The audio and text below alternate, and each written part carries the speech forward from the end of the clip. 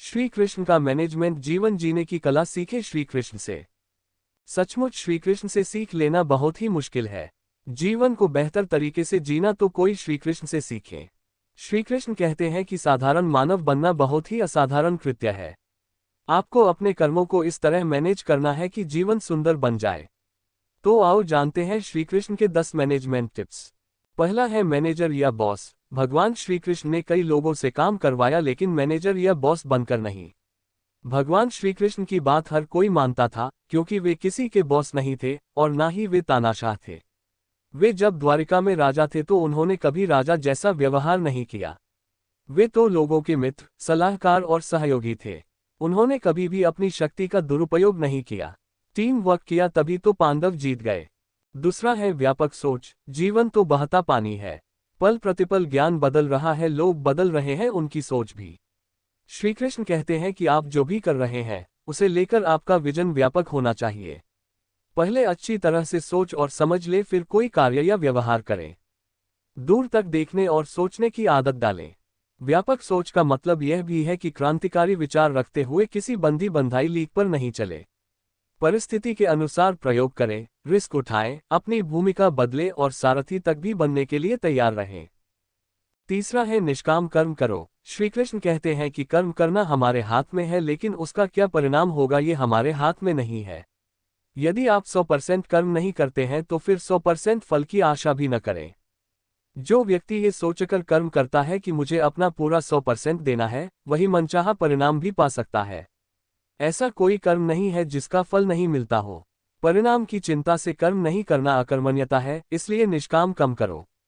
अपनी ड्यूटी निभाने का सबसे अच्छा तरीका निष्काम कर्म ही है। चौथा है धर्म के साथ रहो। जीवन में कितनी ही कठिनाइयां आए लेकिन आप धर्म का साथ न छोड़ें, क्योंकि हो सकता है कि अधर्म के साथ रहकर आप तात्कालिक लाभ प्राप्त कर सकते हो लेकिन जीवन के किसी भी मोड़ पर आपको इसका भुगतान करना ही होगा। क्योंकि श्री कृष्ण गीता में कहते हैं, हे अर्जुन, तुझे देखने वाले आकाश में देवता भी है और राक्षस भी, लेकिन तू खुद को देख और समझ। खुद के समक्ष धर्मपरायण बन। यदि तू धर्म की रक्षा करेगा तो धर्म तेरी रक्षा करेगा। पांचवा है खुद को भी मोटिवेट करो। भगवान श्री कृष्ण पॉजिटिव एटीट्यूड अपनाकर अपने साथ के सभी लोगों को मोटिवेट करते रहते हैं और खुद भी इससे प्रेरित होते रहते हैं। वे लोगों को मित्र बनकर समझाते भी हैं, ज्ञान भी देते हैं और भाई या पिता बनकर जरूरत पड़ने पर डांटते भी हैं। ऐसे कई मौके आए जबकि उन्होंने अर्जुन, द्रौपदी और दुर्योधन को समझाया भी और डांटा भी, लेकिन उन्होंने कभी भी किसी का मोरल नहीं गिरने दिया। उन्होंने अपने शत्रुओं से भी बराबर का व्यवहार बनाए रखा। छठा है मानसिक नियंत्रण। कब कौन सी बात कहाँ कहनी और कहाँ नहीं कहनी है, ये समझना भी बहुत जरूरी है। इसे कहते हैं वाणी नियंत्रण। उसी तरह शक, संदेह, अविश्वास, निराशा, क्रोध, लालच, भय और दुविधा पर भी नियंत्रण करना सीखना होगा। कुशल मैनेजमेंट के लिए मेंटल हेल्थ जरूरी है। गीता में श्री कृष्ण ने इस तरह के तमाम दुर्गुणों से हमेशा बचने का उपदेश दिया है। मन, वचन और कर्म से एक बने रहो। जो व्यक्ति अपनी बात पर कायम रहता है, जीत उसका पीछा कभी नहीं छोड़ती।